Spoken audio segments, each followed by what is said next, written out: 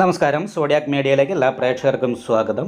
2024 March മാസത്തെ പുണർദം നക്ഷത്രക്കാരുടെ നക്ഷത്രഫലമൊന്ന് പരിശോധിച്ച് നോക്കാം. പുണർദം നക്ഷത്രക്കാരെ സംബന്ധിച്ചിടത്തോളം പുണർദം നക്ഷത്രത്തിൻ്റെ ആദ്യത്തെ 45 നാഴിക വരുന്ന മിഥുനക്കൂറിലാണ്, ശേഷം 15 നാഴിക വരുന്ന കർക്കിടകക്കൂറിലാണ്. അപ്പോൾ മിഥുനക്കൂറുകാരെ സംബന്ധിച്ചിടത്തോളം വളരെ നല്ല അനുകൂലമായിരിക്കുന്ന ഗുണഫലങ്ങൾ അനുഭവിക്കാനായിട്ട് ഈ മാസത്തിൽ യോഗമുണ്ട്. കാരണം സർവാഭിഷ്ട സ്ഥാനത്താണ് വ്യാഴം സഞ്ചരിക്കുന്നത്. ഭാഗ്യാധിപതി ഭാഗ്യസ്ഥാനത്ത് സ്വക്ഷേത്ര ബലവാനായിട്ടാണ് നിൽക്കുന്നത്. അതേപോലെ തന്നെ ശുക്രൻ കുംഭം രാശിയിലേക്ക് 7-ാം തീയതി മാറും. ബുധൻ മീനൻ രാശിയിലാണ് നിൽക്കുന്നത്. അപ്പോൾ കർമ്മസ്ഥാനത്ത് ബുധന് നീചഭംഗ ചക്രവർത്തി യോഗം വന്നിട്ടുണ്ട്. ചൊവ്വ കുംഭൻ രാശിയിൽ ഭാഗ്യസ്ഥാനത്താണ് 15-ാം തീയതി വരുന്നത്. അതേപോലെ മേടത്തിലേക്ക് 25-ാം തീയതി ബുധൻ വരും. അപ്പോൾ ഈ ഗ്രഹങ്ങളുടെയൊക്കെ മാറ്റം അനുകൂലമായത് കാരണം കൊണ്ട് തന്നെ ഏറ്റവും നല്ല അനുകൂലമായിരിക്കുന്ന ഗുണഫലങ്ങൾ അനുഭവിക്കാൻ പുണർദം നക്ഷത്രത്തിൻ്റെ ആദ്യത്തെ 45 നാഴികയിൽ ജനിച്ചവർക്ക് ഈ മാസത്തിൽ യോഗമുണ്ട്. അപ്പോൾ മാർച്ച് മാസം കഴിയുന്നത് വരെ വളരെ നല്ല അനുകൂലമായിരിക്കുന്ന സാമ്പത്തികമായിരിക്കുന്ന നേട്ടങ്ങളും കർമ്മസംബന്ധമായിട്ടുള്ള നേട്ടങ്ങളും അനുഭവിക്കാനായിട്ട് യോഗമുള്ളൊരു മാസമാണ്. ഇപ്പോൾ മീനൻ രാശിയിൽ ബുധൻ നിൽക്കുന്നത് കാരണം കൊണ്ട് തന്നെ ചന്ദ്രലഗ്നാധിപതിയായിരിക്കുന്ന ബുധനാണ് മീനൻ രാശിയിൽ നിൽക്കുന്നത്. ജലചരധനഭോക്ത എന്ന് പറയുന്ന യോഗം ചെയ്ത് നിൽക്കുന്നത് കാരണം കടൽ കടന്നു പോകാനായിട്ട് വിദേശത്ത് പോകാനായിട്ട് യോഗമുള്ള സമയമാണ്, അല്ലെ വീട് വിട്ടു നിന്നിട്ട് തൊഴിലെടുക്കാനായിട്ട് യോഗമുള്ള സമയമാണ്. കാരണം 4-ാം ഭാവത്തിൽ ഘടനകാരകനായിരിക്കുന്ന കേതു നിൽക്കുന്നത് കാരണം കൊണ്ട് വീട്ടിൽ നിൽക്കുന്ന കാരണം കൊണ്ട് വിപരീത സ്വഭാവം സന്തോഷിച്ചിരിക്കുമ്പോൾ ടെൻഷൻ ഉണ്ടായി, ഇങ്ങനെയുള്ള കാര്യങ്ങൾക്ക് യോഗമാണ്. അതിനോടൊപ്പം തന്നെ വീട് വിട്ട് നിന്നിട്ട് തൊഴിലെടുക്കാനുള്ള യോഗമാണ്. നീചഭംഗ ചക്രവർത്തി യോഗം ഉള്ളത് കാരണം കൊണ്ട് തന്നെ കുറച്ച് അലച്ചിലും കഷ്ടപ്പാടും ഒക്കെ അനുഭവിച്ചതിന് ശേഷം നല്ല രീതിയിലുള്ള ഉയർച്ചയും അഭിവൃദ്ധിയൊക്കെ ജീവിതത്തിൽ ഉണ്ടാകാനായിട്ടുള്ള യോഗമുണ്ട്. ദാമ്പത്യ സംബന്ധമായിട്ട് അനുകൂലമായിരിക്കുന്ന സമയമാണ്. 7-ാം ഭാവാധിപതി സർവാഭിഷ്ട സ്ഥാനത്ത് നിൽക്കുന്നത് കാരണം കൊണ്ട് നല്ല കുടുംബ സംബന്ധമായിട്ടുള്ള അനുകൂലമായിരിക്കുന്ന രീതിയും മാനസികമായിട്ടുള്ള സന്തോഷവും അനുഭവിക്കാനായിട്ട് യോഗമുണ്ട്.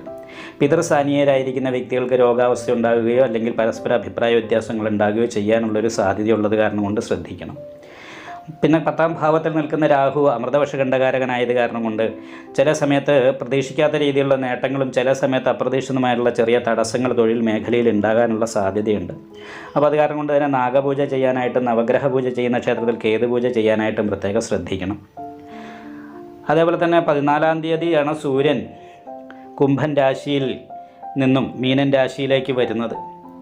അപ്പോൾ 10-ാം ഭാവത്തിൽ ആദിത്യനും ബുധനും കൂടി നിപുണായോഗം ചെയ്യുന്നത് ഉത്തമമാണെങ്കിലും 14-ാം തീയതി വരെയുള്ള സമയത്ത് ഭാഗ്യസ്ഥാനത്ത് നിൽക്കുന്ന സഹായ സ്ഥാനാധിപതിയായിരിക്കുന്ന സൂര്യൻ ശനിയോട് ചേർന്നാണ് നിൽക്കുന്നത്. അപ്പോൾ സഹോദര സ്ഥാനത്തുള്ള വ്യക്തികളുമായിട്ട് ചെറിയ അഭിപ്രായ വ്യത്യാസങ്ങൾ പോലെയുള്ള കാര്യങ്ങളോ പരസ്പരം അകന്നു നിൽക്കാൻ ഇടവരാനുള്ള സാധ്യതയോ ഉള്ള ഒരു സമയമായത് കാരണം കൊണ്ടും പ്രത്യേകമായിട്ട് ശ്രദ്ധിച്ച് മുന്നോട്ട് പോകുന്നത് നന്നായിരിക്കും.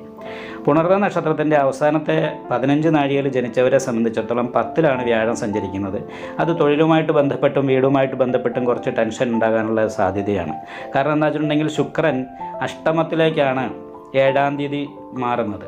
അപ്പോൾ അഷ്ടമത്തിൽ 4-ാം ഭാവാധിപതി ബാധകാധിപതിയായിട്ട് അഷ്ടമത്തിൽ മാറുന്നത് കൊണ്ട് വീട്ടിൽ നിൽക്കുന്ന സമയത്ത് അസ്വസ്ഥതകൾ, വീട് നഷ്ടപ്പെടാനുള്ള യോഗം, വീട് വിൽപ്പന പോലെയുള്ള കാര്യങ്ങൾ, വീട്ടിൽ നിൽക്കുന്ന വ്യക്തികളുമായിട്ട് കലഹം, അതേപോലെ തന്നെ ലോണ് പോലെയുള്ള കാര്യങ്ങളുണ്ട്. അതൊക്കെയായിട്ട് ബന്ധപ്പെട്ടിട്ട് കുറച്ച് ടെൻഷനും പ്രശ്നങ്ങളും അനുഭവപ്പെടാൻ സാധ്യതയുള്ള സമയമായത് കാരണമുണ്ട്. ദേവീക്ഷേത്രത്തെ യഥാശക്തി വഴിപാട്, നല്ല പ്രാർത്ഥന മുതലായിട്ടുള്ള കാര്യങ്ങളൊക്കെ വേണം. രുചകായോഗമുണ്ട്, ഉത്സാഹം വർദ്ധിക്കാനായിട്ട് യോഗമുണ്ട്. എന്നാൽ അതിനോടൊപ്പം തന്നെ എടുത്തിയാട്ടം, ദേഷ്യം, ഇങ്ങനെയുള്ള കാര്യങ്ങളും ദാമ്പത്യ സംബന്ധമായിട്ടുള്ള ചെറിയ പ്രതിസന്ധികൾ ഉണ്ടാകാൻ യോഗമുള്ളതാണ്. നന്നായിട്ട് പ്രാർത്ഥിച്ചാൽ മാത്രമേ അനുകൂലമായിരിക്കുന്ന ഗുണഫലങ്ങൾ അനുഭവിക്കാനായിട്ട് സാധിക്കുകയുള്ളൂ. നിങ്ങൾക്ക് ഈ വീഡിയോ ഇഷ്ടപ്പെട്ടാൽ ലൈക്ക് ചെയ്യുക, നിങ്ങളുടെ അഭിപ്രായങ്ങൾ കമൻറ്റ് ചെയ്യാം. ജ്യോതിഷവുമായി ബന്ധപ്പെട്ട കൂടുതൽ കാര്യങ്ങൾ അറിയാൻ ഈ ചാനൽ സബ്സ്ക്രൈബ് ചെയ്യുക. ഞങ്ങളുടെ ഓൺലൈൻ കൺസൾട്ടൻസി നമ്പർ താഴെ ഡിസ്ക്രിപ്ഷൻ ബോക്സിൽ കൊടുത്തിട്ടുണ്ട്. ആവശ്യമുള്ളവർക്ക് കോൺടാക്റ്റ് ചെയ്യാവുന്നതാണ്.